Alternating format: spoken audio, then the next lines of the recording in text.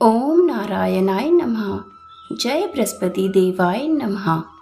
श्री हरि के सभी सच्चे भक्तों को मेरा नमस्कार। आज की वीडियो में हम सुनेंगे बृहस्पति व्रत में सुनी जाने वाली 2 कथाएं। पहली कथा के अनुसार प्राचीन काल में एक ब्राह्मण रहता था। वह बहुत ही निर्धन था। उसके कोई संतान नहीं थी। उसकी स्त्री बहुत मलिनता के साथ रहा करती थी। वह स्नान न करती, किसी देवता का पूजन भी न करती। इससे ब्राह्मण देवता बड़े दुखी रहते थे। बेचारे बहुत कुछ कहते थे, किंतु उसका कुछ परिणाम न निकलता था। भगवान की कृपा से ब्राह्मण की स्त्री के कन्या रूपी रत्न की प्राप्ति हुई। कन्या बड़ी होने पर प्रातः स्नान करके विष्णु भगवान का जाप व बृहस्पतिवार का व्रत करने लगी। अपने पूजन पाठ को समाप्त करके विद्यालय जाती तो अपनी मुट्ठी में जौ भरकर ले जाती और पाठशाला के मार्ग में डालती जाती।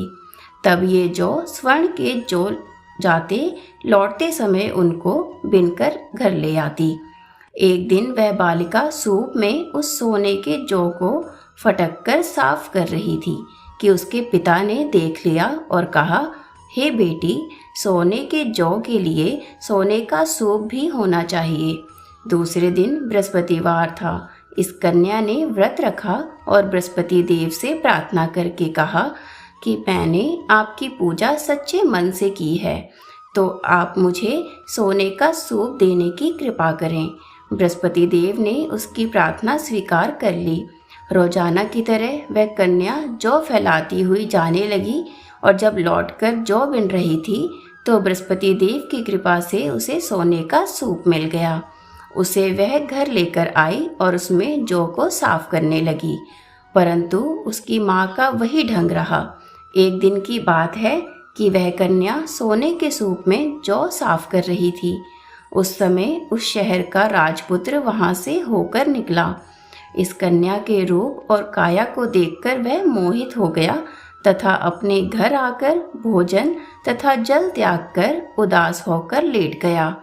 राजा को इस बात का पता लगा तो उन्होंने अपने प्रधानमंत्री के साथ उसके पास गए और बोले, हे बेटा, तुम्हें किस बात का कष्ट है? किसी ने अपमान किया है अथवा और कोई कारण है जिसकी वजह से तुम ऐसे परेशान हो? तुम मुझे बताओ, मैं अवश्य ही कोई उपाय करूँगा जिससे तुम्हें प्रसन्नता प्राप्त हो। अपने पिता की राजकुमार ने बातें सुनी तो वह बोला कि मुझे आपकी कृपा से किसी बात का दुख नहीं है। किसी ने मेरा कोई अपमान नहीं किया है, परंतु मैं एक लड़की से विवाह करना चाहता हूँ जो सोने के सूप में जौ साफ कर रही थी। ये सुनकर राजा आश्चर्य में पड़ गया और बोला, हे बेटा, इस तरह की कन्या का पता तुम ही मुझे बताओ। मैं तो ऐसी किसी भी कन्या को नहीं जानता हूँ। मैं उससे तुम्हारा विवाह अवश्य ही करा दूंगा। राजकुमार ने उस लड़की के घर का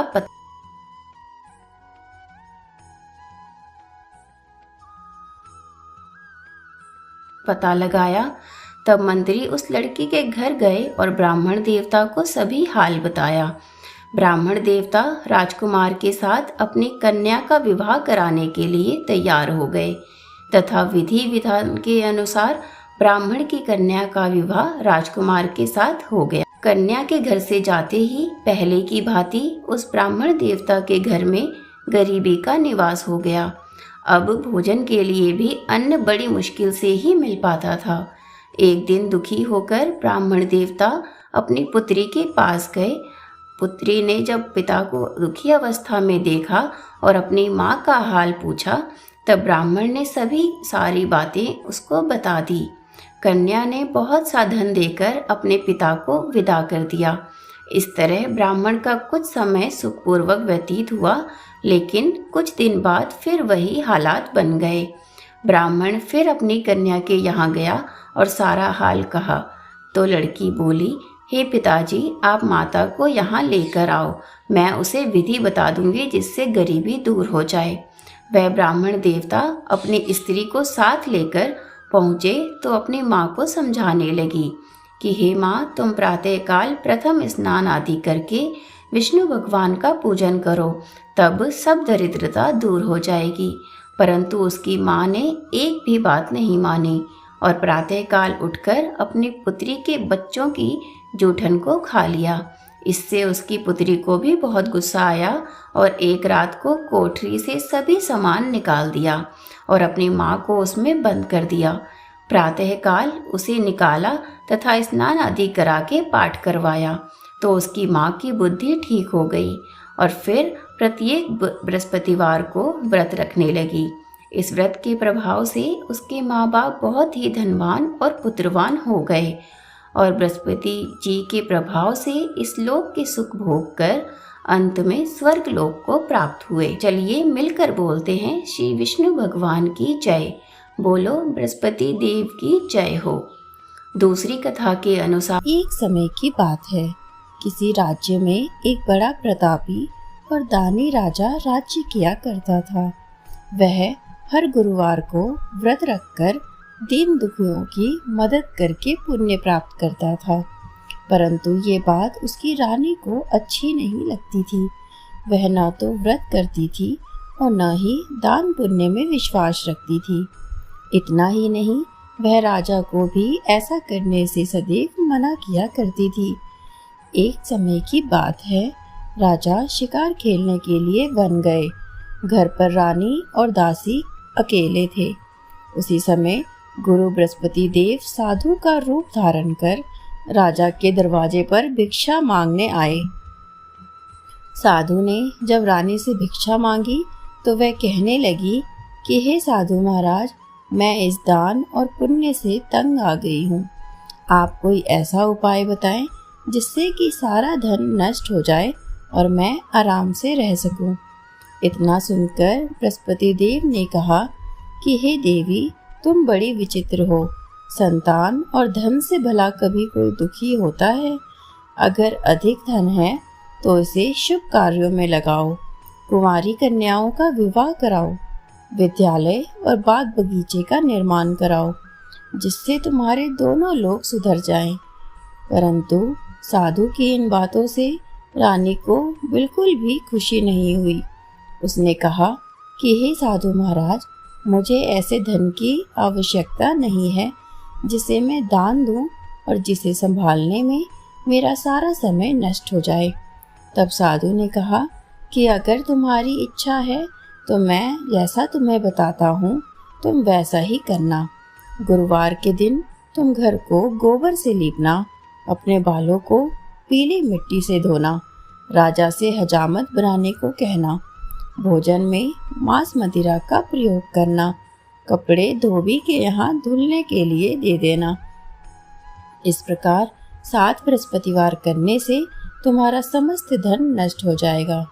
इतना कहकर साधु के रूप में बृहस्पति देव अंतर्ध्यान हो गए। साधु के कहे अनुसार बातों को पूरा करते हुए रानी को केवल 3 बृहस्पतिवार ही बीते थे कि उसकी समस्त धन संपत्ति नष्ट हो गई। भोजन के लिए राजा का परिवार तरसने लगा। तब एक दिन राजा ने रानी से कहा कि हे रानी, तुम यहीं रहो, मैं दूसरे देश को जाता हूँ, क्योंकि यहाँ पर सभी लोग मुझे जानते हैं, इसलिए मैं यहाँ पर कोई भी छोटा कार्य नहीं कर पाऊंगा। ऐसा कहकर राजा दूसरे देश को चला गया। वहाँ वह जंगल से लकड़ी काट कर लाता और शहर में बेचता। इस तरह वह अपना जीवन व्यतीत करने लगा और इधर राजा के प्रदेश जाते ही रानी और दासी दुखी रहने लगे।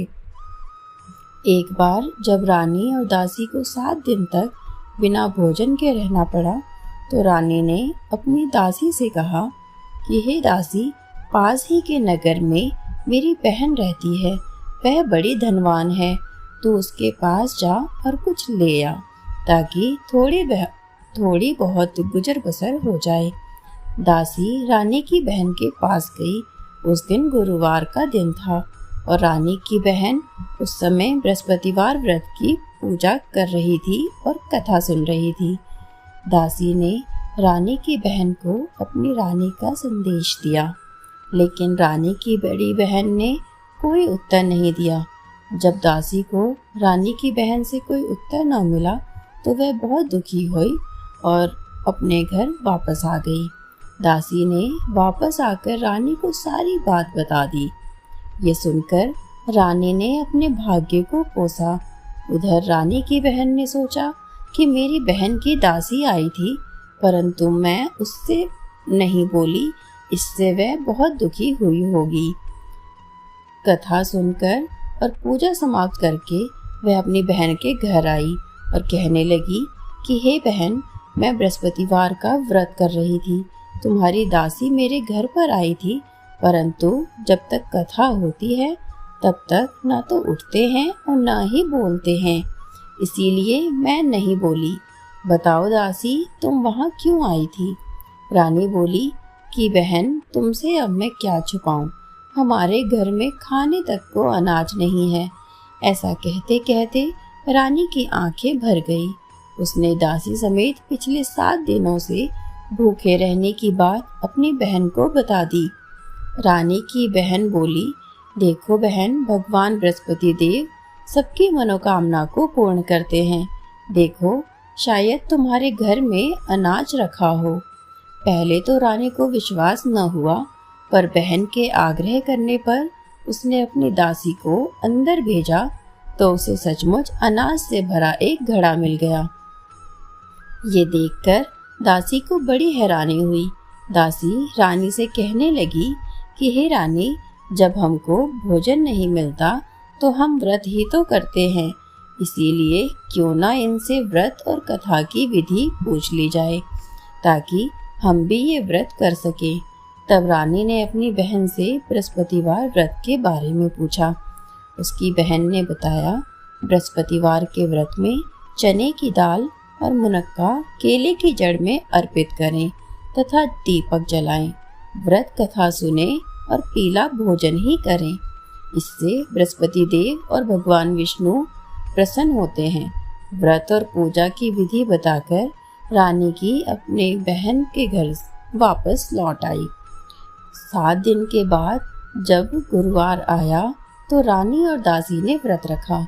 वह गुड़साल में जाकर चना और गुड़ लेकर आई, फिर उससे केले की जड़ तथा विष्णु भगवान की पूजा की।